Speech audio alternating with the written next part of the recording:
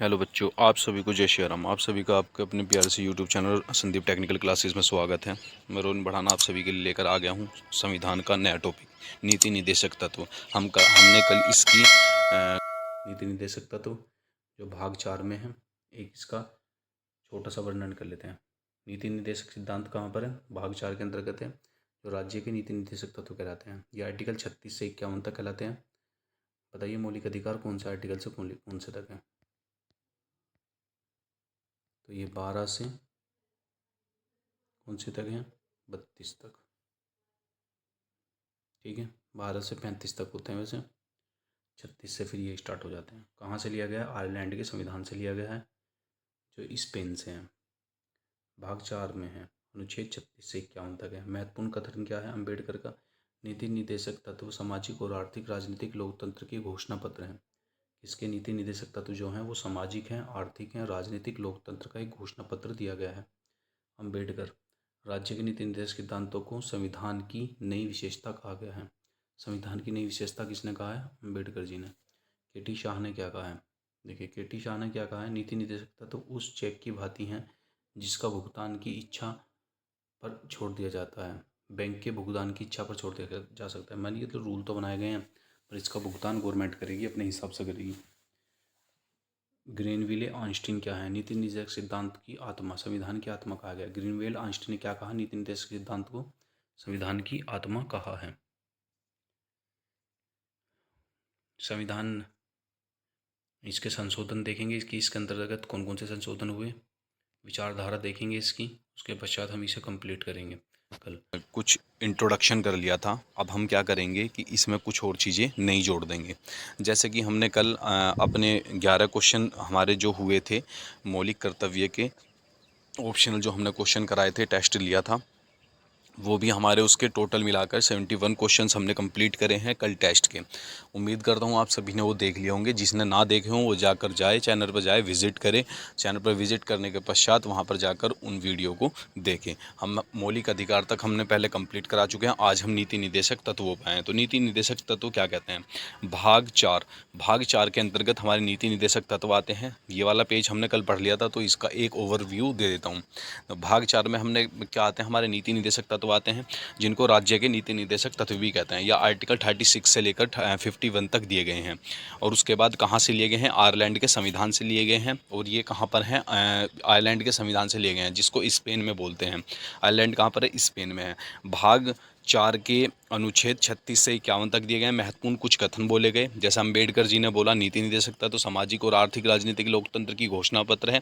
अम्बेडकर ने बोला राज्य के नीति निर्देशक सिद्धांतों को संविधान की नई विशेषता कहा गया है। केटी शाह ने बोला नीति निर्देशक तत्व उस चेक के भांति है जिसका भुगतान बैंक की इच्छा के अनुसार इच्छा पर छोड़ दिया जाता है, या इच्छा के अनुसार किया जाता है। ग्रीनविल ऑस्टिन ने क्या कहा था? कि नीति निर्देशक तत्व को संविधान की आत्मा कहा था। ठीक है, क्या कहा था? नीति निर्देशक तत्व को संविधान की आत्मा कहा था। कि संविधान, अब देखो इसमें कुछ संविधान संशोधन जोड़े गए नीति निर्देशक तत्वों के द्वारा, कि नीति निर्देशक तत्व में क्या क्या संविधान संशोधन किए गए थे। 42वां संविधान संशोधन हुआ, नीति निर्देशक तत्व के लिए हुआ। 44वां हुआ, वो भी नीति निर्देशक तत्व के लिए। 86वां हुआ, तो वो भी नीति निर्देशक तत्व के लिए। और 97वां जो हुआ वो भी नीति निर्देशक तत्व के लिए हुआ। ठीक है, किस संविधान संशोधन में जोड़ा गया? देखो ये 42वां जो हुआ 1976 में हुआ, जिसमें 39 का ए, 39 का एफ और 43 का ए और 48 का ए जोड़ा गया। इसके अंतर्गत क्या क्या थे वो हम आगे पढ़ेंगे। ठीक है, तो कौन कौन से हुआ कि हमारा ये हुआ 39 का ए, 39 का एफ और 43 का ए और 48 का ए, ये 42वें संविधान संशोधन के द्वारा जोड़ा गया। और ये सबसे बड़ा संविधान संशोधन और लघु संविधान संशोधन, लघु संविधान भी कहा जाता है 42वें संविधान संशोधन को। इसके अंदर इतनी बड़ी चीज़ें करी गई। 44वां संविधान संशोधन जो हुआ 1978 में हुआ, और 38 का बी इसके अंतर्गत जोड़ा गया। क्या जोड़ा गया? 38 का बी जोड़ा गया। और 86वां संविधान संशोधन जो हुआ 2002 में हुआ, इसमें 45वां जोड़ा गया। क्या जोड़ा गया? 45वां आर्टिकल जोड़ा गया। 97वां संविधान संशोधन 2001 में हुआ, जो 43 के बी में जोड़ा गया। किसमें? 43 के बी में जोड़ा गया। देखो, जो 48 का 38 के ए में क्या क्या जोड़ा है? सामाजिक चीज़ें जोड़ी गई, ए में, बे में, एम में, और 39 के ए में, 42 में और 43 के द्वारा सामाजिक चीज़ें रहे। तो गांधीवादी चीज़ें कौन कौन से में है? देखो, सामाजिक चीज़ें जो हैं वो 38 के ए में है, 38 के बे में है और 39 के 39 के ए में है और 42 में और 43 में ये क्या की गई हैं, सामाजिक शब्द जोड़े गए हैं।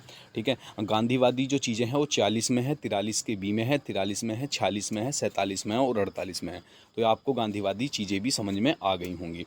उदारवादी चीज़ें क्या हैं? उदारवादी चीज़ें हैं हमारा 44 में, 45 में, 48 के ए में, 48 में, 49 में, 50 में और 51 में ये सारी चीज़ें क्या हैं, जोड़ी गई हैं। विचारधारा, विचारधारा क्या चीज़ है? अब देखिए विचारधारा के ऊपर देखिए, यानी कि थॉट्स कैसे कैसे हैं। जो गांधीवादी विचारधारा क्या थी, वो गांधीवादी विचारधारा, देखो जो मैंने ये सारी चीज़ें बताई थी ना, अभी ऊपर बताई थी, उन्हीं को एक्सप्लेन करके और बताया गया है। जो विचारधाराएं, गांधीवादी विचारधारा कौन कौन से आर्टिकल में दी गई थी? जो गांधीवादी विचारधाराएं आर्टिकल में, अभी ऊपर ही बताया था, 40, 43, 43 का बी, 46, 47 और 48 में। समाजवादी जो विचारधारा है 38 के ए में, 38 के बी में और 39 के ए में, 42 में और 43 के ए में। यूरोप व अमेरिका की विचारधारा से प्रभावित क्या चीज़ थी? यूरोप व अमेरिका की विचारधारा से प्रभावित जो चीज़ें थी वो क्या क्या थी? 44 और 45, 48, 48 का एक और 49, 50 और 51, ये सारी चीज़ें जोड़ी गई। ठीक है, आप उम्मीद करता हूँ आपने ये दोबारा समझ कर भी और ज़्यादा अच्छे से समझ लिया होगा। देखिए, नोट नीति निर्देश सिद्धांत की प्रेरणा आयरलैंड से ली गई है, ये बातें मैंने अभी बताई। ठीक है, और आयरलैंड कहाँ पे पड़ता है ये आप कमेंट में बताइए, मैंने अभी बताई थी 2 मिनट पहले। ठीक है, 36 में क्या है? अनुच्छेद 36 में क्या है? राज्य की परिभाषा दी गई है। 12 भारत की संसद है, यानी कि भारत की संसद के मतलब अंतर्गत, यानी कि राज्य की जो परिभाषा है वो दी गई है। राज्य की परिभाषा कैसी कैसी हैं उनके बारे में बताया गया है, और भारत की जो संसद के बारे में। अनुच्छेद 37 में क्या दिया गया है? अनुच्छेद 37 के अंतर्गत दिया गया है, नीति निर्देशक तत्व वाद योग्य है। वाद योग्य, ये वाद ही नहीं है, ये वाद है। बै को हटा देना इसमें से, वह रहेगा इसमें, वाद योग्य हैं, यानी कि ये इन पर वाद योग्य है। नीति निर्देशक तत्व अनुच्छेद 37 के अंतर्गत दिया गया है। अनुच्छेद 38 में क्या दिया गया है? अनुच्छेद 38 में दिया गया है, सभी नागरिकों को सामाजिक, राजनीतिक और आर्थिक न्याय प्रदान किया जाएगा। सामाजिक, आर्थिक और राजनीतिक क्या किया जाएगा? न्याय प्रदान किया जाएगा। कौन सा? सामाजिक, आर्थिक और राजनीतिक क्या किया जाएगा? न्याय प्रदान किया जाएगा। 39 में, अनुच्छेद 39 में क्या दिया गया? अनुच्छेद 39 के ए में दिया गया, निःशुल्क कानूनी सहायता, लोक अदालतों का आयोजन। निःशुल्क कानूनी सहायता, लोक अदालतों का, अदालतों नहीं है, अदालतों का क्या दिया जाएगा? आयोजन किया जाएगा। बी में क्या दिया गया? भौतिक संसाधनों स्वामित्व वितरण सार्वजनिक हित के बारे में दिया गया है। धन का अहितकारी केंद्रीकरण दिया गया है। सी में दोनों को समान वेतन जो दिया जाएगा, यानी कि हर किसी आदमी को समान वेतन, चाहे वो नर हो चाहे नारी हो, उनके लिए दिया जाएगा। 39 के डी में दिया गया है। ई में क्या दिया गया है? सीओ बच्चों की सुकुमार अवचरण का दुरुपयोग रोकना, यानी कि सभी बच्चों की जो सुकुमार अवचारणा है ना, अवचारण यानी कि उनका क्या रोकना? दुरुपयोग रोकना, कि यानी कि बच्चों का दुरुपयोग रोकना, जिसके जैसे कि कहीं पे भी उन्हें जाकर कारखानों में काम कर दिया जाता है, उनका दुरुपयोग, ठीक है, बच्चों को बेच दिया जाता है। बच्चों का सामाजिक, आर्थिक और विकास करना, ये एफ में दिया गया, 39 के एफ में दिया गया है।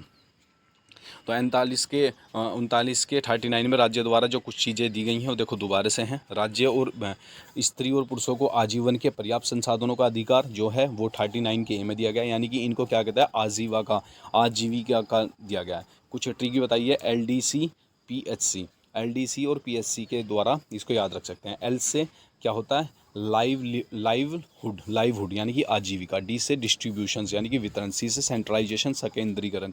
पी से पे यानी कि वेतन। एस से हेल्थ स्वास्थ्य। और सी से क्या है? चिल्ड्रन के बारे में बताया गया। तो ये सारी चीज़ें मैंने अभी ऊपर भी बताई थी और एक बार दोबारा से देख लीजिए। 39 के 2 में क्या है? सामाजिक और भौतिक संसाधनों का उचित स्वामित्व एवं वितरण करना। क्या करना? उचित स्वामित्व और वितरण करना। आर्टिकल 39 के 3 में क्या है?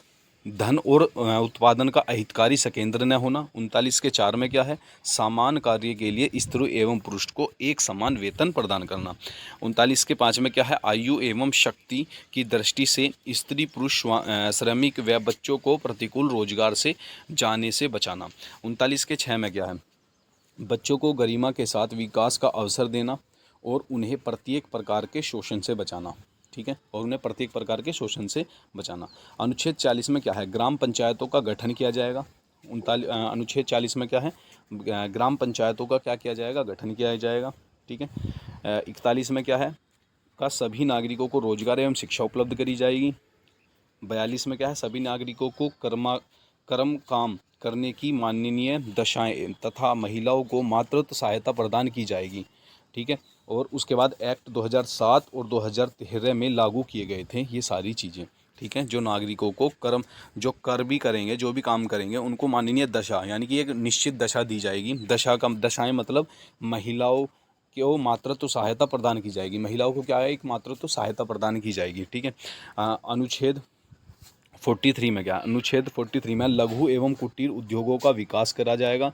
श्रमिकों के स्वास्थ्य और कल्याण की रक्षा के लिए एवं श्रमिकों संगठनों की मान्यता, जो हमारी मान्यता क्या की जाएगी, मान्यता दी जाएगी। यानी कि लघु एवं कुटीर जो उद्योग हैं उनके विकास तथा श्रमिकों के स्वास्थ्य एवं कल्याण की रक्षा एवं श्रमिकों के संगठन की मान्यता दी जाएगी। ठीक है, भारत में समान नागरिक संहिता लागू की जाएगी। फौजदारी और दीवानी के मामले में अनुच्छेद 44 के अंतर्गत दिया जाएगा। समान सिविल संहिता जो है वो अनुच्छेद 44 के अंतर्गत है, जिसको फौजदार और दीवानी मामलों में, दीवानी कौन सा है, हिंदू कोर्ट बिल के अनुसार 1955 में, दीवानी कौन सा बिल है, हिंदू कोर्ट बिल के अनुसार 1955 के अनुसार। ठीक है, नोट 1985 में सहान-बानो केस हुआ था। 2017 में सायर-बानो केस में सर्वोच्च न्यायालय ने ट्रिपल तलाक को रद्द करने और समान नागरिक संहिता लागू करने का आदेश दिया। समान नागरिक संहिता लागू करने का क्या दिया, आदेश दिया। तो 2017 में सहान-बानो केस हुआ, जिसमें सर्वोच्च न्यायालय ने ट्रिपल तलाक को रद्द कर दिया गया, नागरिक संहिता को लागू करने के आदेश दिए। नोट, भारत में एकमात्र राज्य गोवा में समान नागरिक कानून लागू है। अभी तक राज्य में गोवा में समान नागरिक कानून लागू हुआ, सबसे पहले जो हुआ। ठीक है, अनुच्छेद 45 में क्या, 0 से 6 वर्ष के यानी कि शुरू से 6 वर्ष तक के बालकों को निःशुल्क शिक्षा प्रदान की जाएगी। अनुच्छेद 45 में दिया गया। अनुच्छेद 45 में क्या दिया गया है, सभी बच्चों को 6 वर्ष से तक के बालकों हेतु निःशुल्क शिक्षा का प्रावधान है। अनुच्छेद 46 में क्या है, SC, ST, OBC एवं महिलाओं के कल्याण के प्रावधान दिए गए हैं। अनुच्छेद 46 के अंतर्गत क्या दिया गया है, SC, ST, OBC एवं महिलाओं के कल्याण के प्रावधान दिए गए हैं। अनुच्छेद 47 में क्या दिया गया है, सभी नागरिकों के स्वास्थ्य की रक्षा की जाएगी। जो सभी नागरिक हैं उनके स्वास्थ्य की क्या की जाएगी, रक्षा की जाएगी। मादक पदार्थों पर प्रतिबिंब रहेगा, जो मादक पदार्थ रहेंगे उन पर प्रतिबिंब रहेगा। महानिषेध का प्रावधान किया गया है। अनुच्छेद 48 के अंतर्गत क्या दिया गया, अनुच्छेद 48 के अंतर्गत दिया गया है कृषि एवं विकास किया जाएगा एवं गोहत्या पर प्रतिबिंब लगेगा। अनुच्छेद 48 में गोहत्या पर प्रतिबिंब है, यानी कि जो भी कोई भी कृषि एवं का विकास किया जाएगा, यानी कि कृषि के विकास से अनुच्छेद 48 और गोहत्या पर प्रतिबिंब है। जल जंगल पर्यावरण वन्य जीवों की सुरक्षा की जाएगी। ये 42वें संविधान संशोधन द्वारा 1976 के द्वारा ही जोड़ा गया। जो जंगल पर्यावरण वन्य जीवों की जो सुरक्षा की जाएगी 42वें कॉन्स्टिट्यूशन के द्वारा 1976 में की जाएगी। अनुच्छेद 49 में क्या की जाएगी, पुरातत्व एवं ऐतिहासिक धरोहरों की सुरक्षा की जाएगी। अनुच्छेद 49 में क्या है, पुरातात्विक एवं ऐतिहासिक धरोहर की क्या की जाएगी, रक्षा की जाएगी।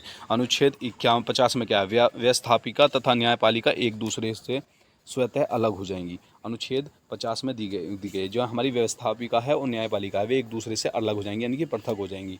अनुच्छेद 51 में क्या है, शांति एवं अहिंसा की विदेशी नीतियों का क्या किया गया है, प्रावधान किया गया है। ये नेहरू का ये प्रभाव है। तो प्रावधान जो किया गया शांति एवं अहिंसा के लिए वो नेहरू प्रभाव के द्वारा किया गया।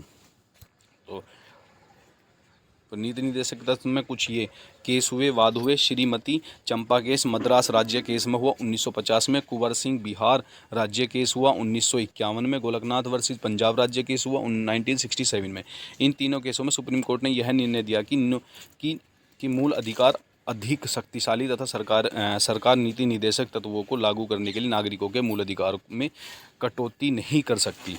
केशवानंद भारती वर्सेस केरल राज्य में 1973 में क्या दिया गया, 1973 में दिया गया कि मूल अधिकार एवं नीति निर्देशक तत्व एक दूसरे के विरोधी न होकर परस्पर एक दूसरे के पूरक हैं।